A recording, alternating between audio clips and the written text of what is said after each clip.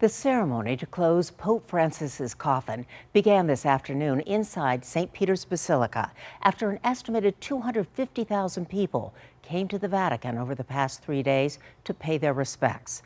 Tony Ayala is at the Vatican with the latest, including an American who will be doing a reading at tomorrow's funeral. Security guards closed the lines to St. Peter's Square Friday, marking the end of 3 days of public viewing for Pope Francis. The focus now shifts to the late pontiff's funeral and burial Saturday morning.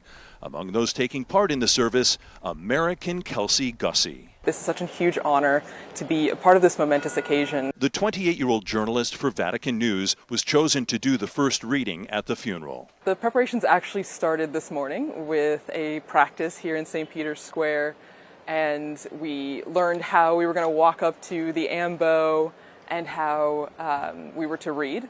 Gussie went to Mount St. Mary's University outside Baltimore. She met Pope Francis twice. She says the first time he blessed her rosary ring. The second time was on her birthday. He actually wished me a happy birthday. And in those moments, I didn't see him as the head of the Catholic Church. I saw him as a grandfather. And so for me, I think I'll remember him as someone who really cared for each person that he met. Gussie told me it's a little overwhelming to think she'll be sharing a platform with so many dignitaries from around the world, including Prince William and President Trump, who had nice things to say about the Pope as he left for Rome.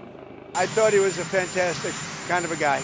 After the funeral mass, a procession will carry the coffin to the Basilica of St. Mary Major, where Francis will be buried.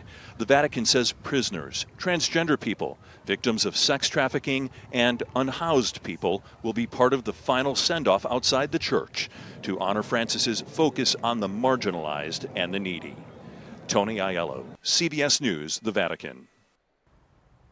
And you can watch the funeral of Pope Francis starting at 3 a.m. Saturday. We'll have live coverage here on KENS 5 TV and streaming on KENS 5 Plus.